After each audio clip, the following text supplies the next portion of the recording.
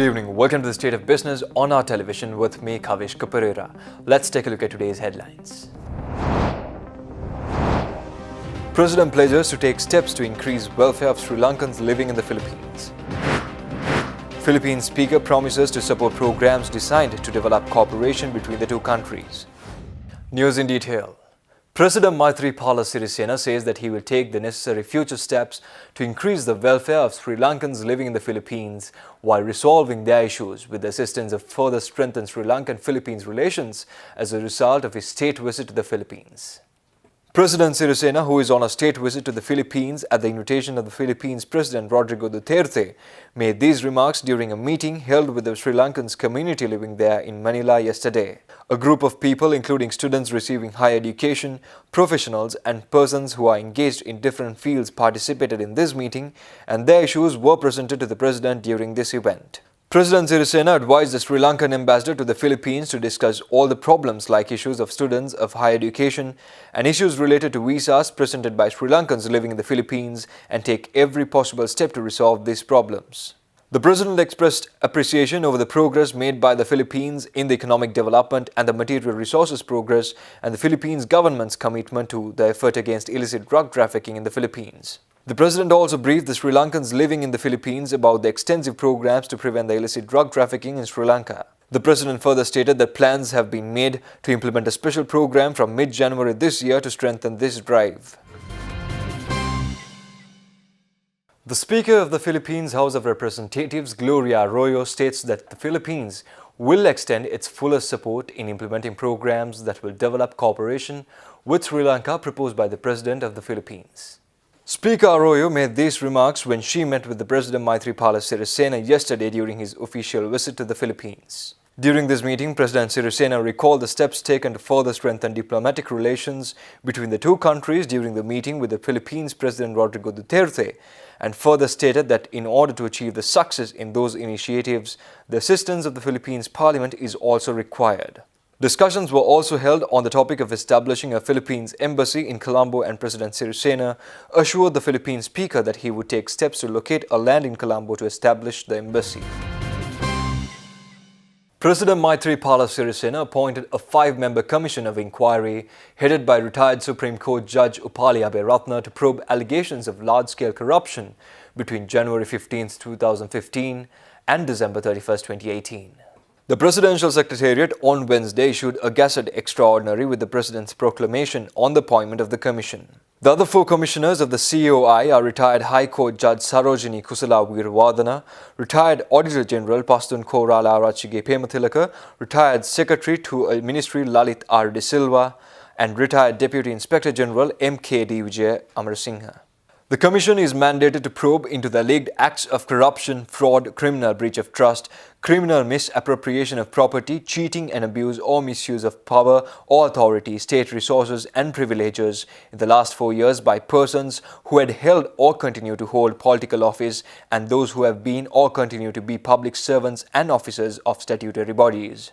The Commission is entrusted on identifying which of the complaints should be forwarded to the Bribery Commission, Attorney General or any other law enforcement authority to institute criminal proceedings. Stay tuned for more news after this short commercial break.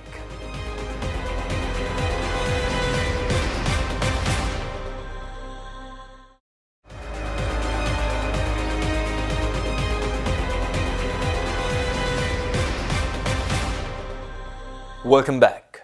Speaking during the bi-weekly press briefing of the IMF Director of the IMF Communication Department, Jerry Rice, expressed the following regarding the IMF team arriving in Sri Lanka in mid-February. In a statement from Christine Lagarde, our Managing Director, who met in Washington on January 15th with the Sri Lankan authorities, including the Finance Minister and the Central Bank Governor. And she said in that statement that Sri Lanka had made a continued commitment to the economic reform agenda under an IMF-supported program, and they agreed that a strong policy mix with effective implementation of that agenda is key to strengthening confidence and helping to put Sri Lanka back on a sustainable, high-quality growth path that would benefit its people. So as the question suggests, there will be an IMF team in Colombo in mid-February to resume programme discussions, and those elements mentioned by the Managing Director in her statement would be the main topics of discussion. All sub-indices in the Sri Lanka Purchasing Managers Index issued by the Department of Statistics at the Central Bank of Sri Lanka for the month of December 2018 has recorded values above the neutral threshold of 50.0, signalling an overall expansion in December, yet at a slower pace than in November. Manufacturing activities increased at a slower rate in December compared to November, mainly driven by the slowdown in employment and production, especially in manufacturing of textiles, wearing apparels, leather and related activities. A significant decline in employment was experienced as some employees moved to seasonal jobs for better salaries. This partially impacted on decrease in production. However, new orders increased, mainly driven by the manufacturing of food and beverages activities with the continued festival season demand. Meanwhile, stock of purchasers indicates an increase due to intended accumulation of stocks to fulfill the future requirements, anticipating supply disruptions due to upcoming Chinese New Year festival. In line with this, suppliers' delivery time also lengthened.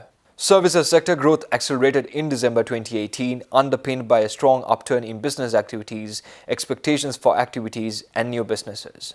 Business activities sub-index reached a 10-month high in December as wholesale and retail trade and accommodation, food and beverage subsectors posted a strong growth due to festive season and peak season for tourism. Transportation of goods recorded a growth with increased transshipment volumes, while other personal services such as leisure activities also improved with the holiday season.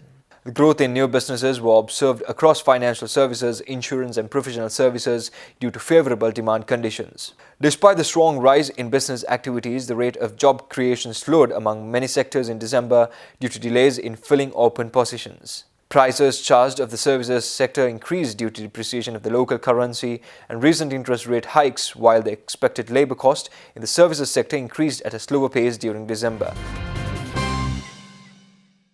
Responding to a question raised by a journalist regarding the single policy rate, Senior Deputy Governor Dr. P. Nandalal Weerasinghe had the following to say.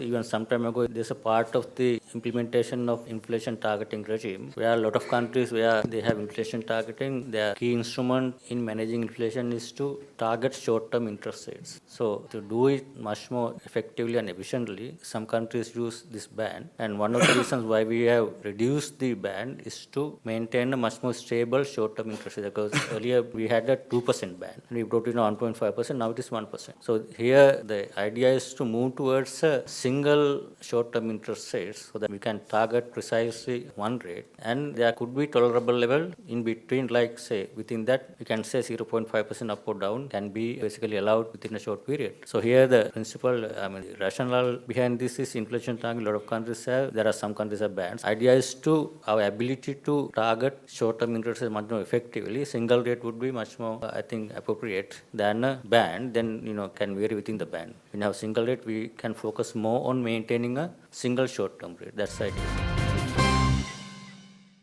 Speaking further, Dr. Weerasinghe went on to explain the difference between capital and current account liberalization.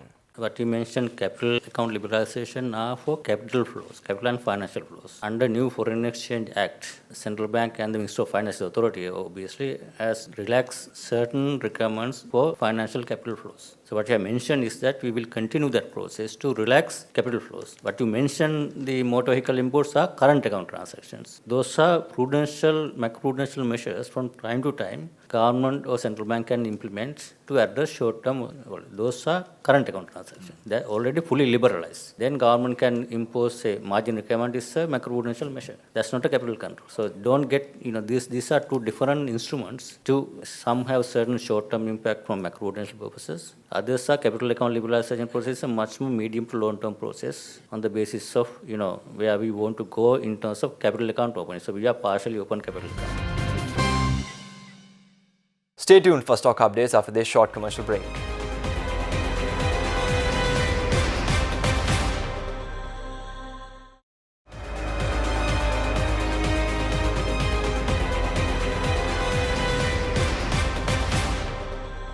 Welcome back. Trading at the Colombo Stock Exchange ended on a mixed note today. The all-share price index dropped 1.05 points to close at 5,988.07, and the S&P SL20 gained 13.04 points to close at 3,066.29. The turnover was 660.8 million rupees and 12.6 million shares were traded. Next up is Forex rates.